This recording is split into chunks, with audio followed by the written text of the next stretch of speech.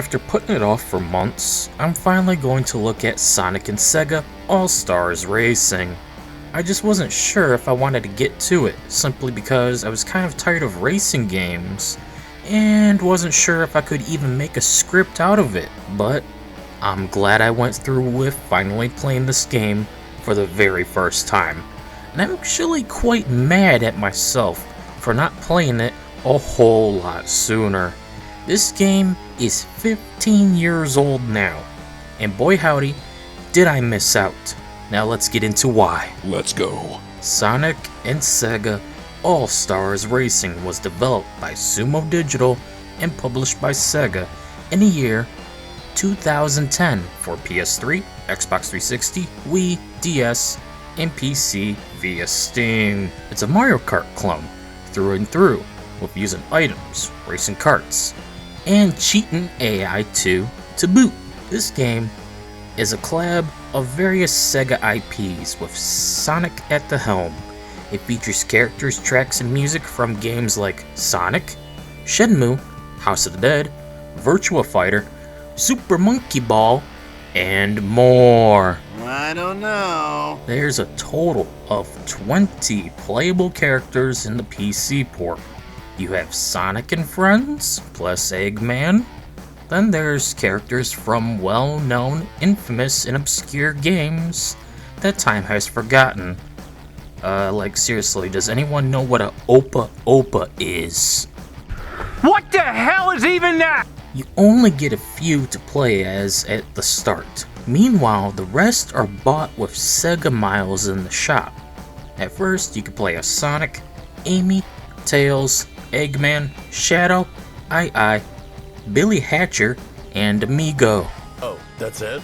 Each character has their pros and cons when it comes to speed, handling, drifting, and whatnot, so each one will play differently, akin to Mario Kart. I found the worst offender to be Zobio and Zobiko. Language. They just suck to play as when it comes to steering and drifting. But then again, some tracks are just piss poorly designed. But more on those later. For now, let's get into the modes. Grand Prix mode is your usual tournament where you must compete in each cup on every difficulty to unlock the next, earn Sega Miles to unlock new stuff, and earn achievements. Though the PC port doesn't feature Steam achievements. Damn it! In this mode, each of the 6 cups feature 4 tracks. Each cup becoming more challenging, with racers being more aggressive and rubber banding more than a kid on dial-up playing Call of Duty on a PlayStation 3. Ooh, that's bad. Yeah, the AI will cheat as per usual Mario Kart rules. And the tracks themselves become more difficult to navigate, but more on tracks later. With Grand Prix, you just gotta get first place and unlock the next cup. Rinse and repeat, and win every cup on all difficulties. It's fun as any Grand Prix mode should be. But what other modes are there? You know what I want, and what I want I get! Single race mode allows you to pick your character, track, and settings for difficulty, laps, items, and hazards. Then you just race a single race, which is fine and all, as it allows you to have more control. Just want to play on your favorite track? Single race.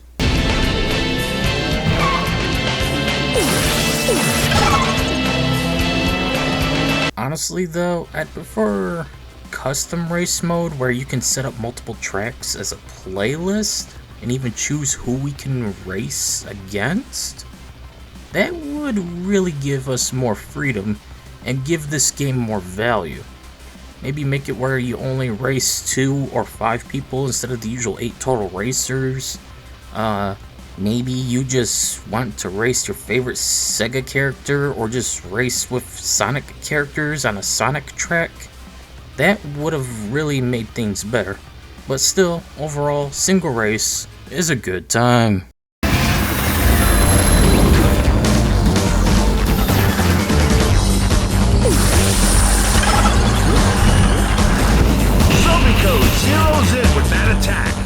Time Trial. Oh, God. As per usual, is just a tacked on crap mode in every kart racer ever.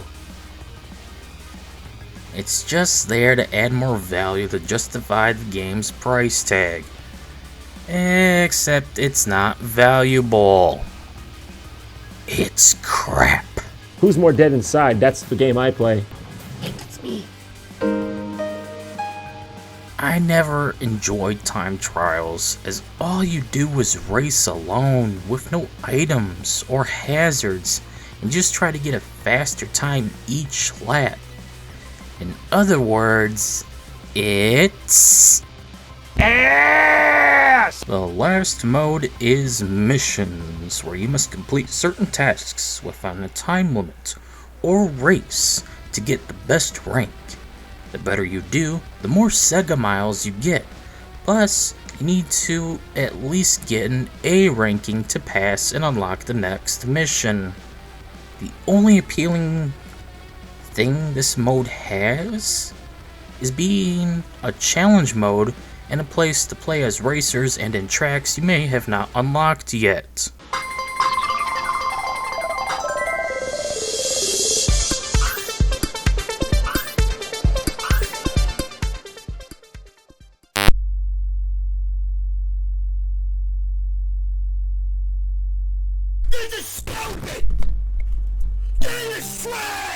The PC port has issues.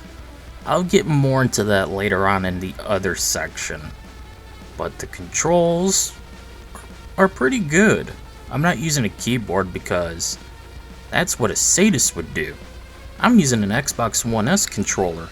The right trigger is for acceleration, the left trigger is your drift, A button is horn and use item, X button is to view behind, which will allow you to throw certain items behind you. The left analog stick is your steer, and that's about it control-wise. It's left behind!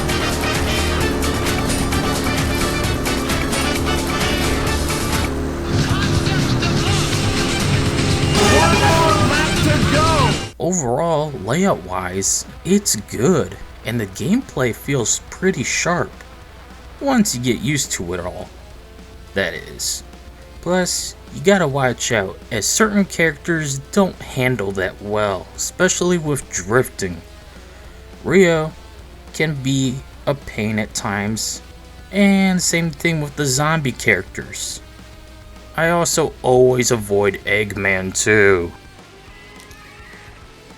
Just leave me alone to wallow in my filth and self-pity. When it comes to Mario Kart, there's 3 things that make it a Mario Kart. 1. It's unfair, unbalanced, and chaotic. 2. The items that make it not about skill, but RNG and pure luck. And finally 3. The rubber banding AI that cheats to ensure you can't always win, let alone ever win. Yes. So, when it comes to being a Mario Kart clone, they nailed it, all those aspects. As such, we should cover the items. While I won't talk about each individual one for the sake of making this video no more longer than it needs to be, Oh, thank God! I'll say that most are indeed reskinned Mario Kart items, like the shell, star, squid, and more. But unlike the star of Mario Kart, here in All Stars Racing, you have an item that's called the All-Star, where you gain invincibility and attack. The kart drives itself, goes fast, and allows you to get close to, if not in first place itself. This item appears for those who are in dead last. There's even an attack option, such as with Ryo from Shenmue, gets his forklift. With the All-Star item, he can flip karts in front of him to behind him. It's actually pretty neat. It's official, race fans! Rio's got the All-Star! Hey! Now we got a race on our hands! I remember this feeling! Excitement! Let's go. Rio, look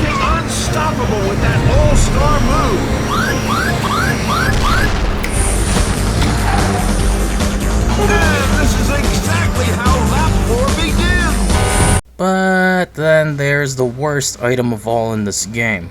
Good God, if you hate the squid ink item in Mario Kart, you don't know what bad items are. This is far worse than anything Mario Kart has ever included to this day. Even worse than the feather. It's a rainbow star that will change everything and cause you to lose control. It's nauseating, irritating, and just god awful. Where did you guys learn to drive? A farm? What the hell's all this shit? Every time you complete a Grand Prix, single race, mission, or time trial, you'll gain Sega Miles. These are the game currency used to buy stuff in the shop. You can't buy Sega Miles, only earn them. The better you do in a race, the more miles you earn, so depending on difficulty and amount of laps, and if you get first place or not, you get several thousand. With these points, you can buy new characters, tracks, and music to select from for each track you race on before the start of one. Basically, race, earn points, spend points to unlock more stuff, to play with it. Oh shit, I'm sorry. This is where you'll unlock most of the characters to play as well. So if you want to play as Knuckles, you gotta buy him. And of course, he was my first purchase because Knuckles is awesome, especially in Sonic Boom. Approved. You want to play as Rio? You gotta buy him. You want to play as the zombies that represent the House of the Dead and not Reagan or Agent G or even Goldman for that matter? To protect the life cycle. You gotta buy them. Some characters are double carts, but they don't have any advantage.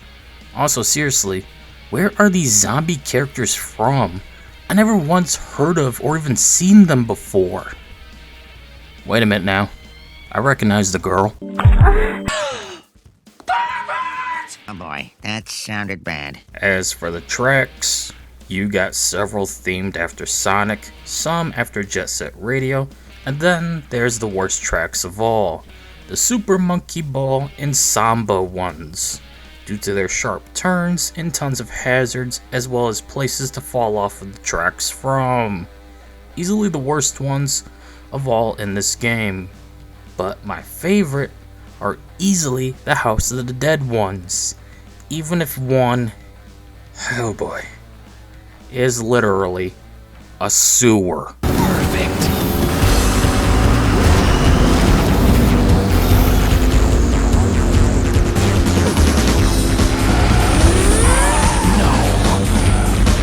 To race on some of them, you'll need to buy them in the shop, though.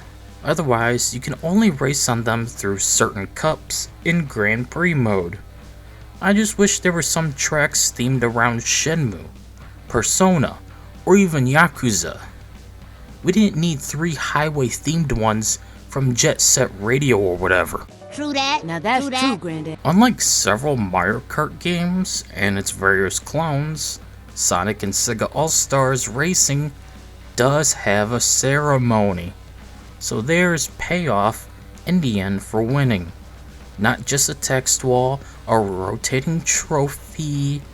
Honestly, I hate how Nintendo cuts corners with Mario Kart, especially the most infamous Mario Kart 8 on Wii U, where battle mode was just tacked on. Hey, wait a minute. Where's battle mode in this game? Uh-oh. Oh, and the music. Damn, the music is great. Music from Sonic, House of the Dead, whoever the hell Monkey Ball, Billy Hatcher, and Samba are. Even Jet Set Radio is here. Too bad I can't play it because of copyright. Fuck you, YouTube. Oh well, still, if you want some good tunes to play as you race, then this game has you set. It's really great upbeat stuff. Damn YouTube copyright. The PC port is pretty mixed bag. you have no graphical options at all. You can't change the resolution either. So enjoy the revolutionary resolution of 4:3 aspect ratio in the year 2010. Yeah, this game is from 2010 and is stuck in a 4:3 ratio. No way to change this either. But hey, as long as you have your eyeballs in an alligator's nose, you should see this game perfectly fine. You have no anti-aliasing of the sort. Hell, there's no online multiplayer in this PC port. So you have to play local split-screen multiplayer only. Bullshit! The PC port also doesn't feature button prompts for anything outside of the keyboard. So good luck figuring out which button is what on your controller, cause anyone who plays a racing game with a keyboard is a psychopath. That's the same as playing a first-person shooter with a controller.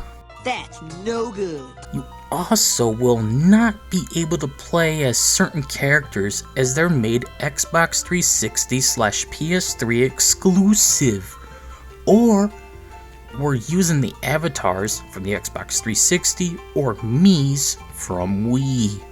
So yeah, these guys on screen are not playable on PC. While I can understand the avatars not being playable for obvious reasons, it's bullshit. We did not get the rest. Relax. Also, another issue I encountered was the audio cut during missions mode. The only way to fix this was quit the game and start back up again and hope things will work this time. Sumo Digital, everyone! So, Sumo Digital did a bitch basic PC port as to be expected from a developer infamous for low quality trash games. They're basically a 1A games studio that have a AAA game price tag. They've never made anything great, and never will. Stand straight! At the end of the day, Sonic and Sega All-Stars Racing is a painfully average game worth playing. Had it not been for the bitch basic PC port and a few other things, I could have seen this as a great game. But of course, it's held back by several cons. But hey, it's still decent and worth checking out. Maybe one day, I'll take a look at all the other Sonic Racing games on PC, like Sonic All-Stars Racing Transformed and Team Sonic Racing, as well as the upcoming Sonic Racing Crossworlds, I think it's called. Till then, however, anyways, that's it for this video. See you all later.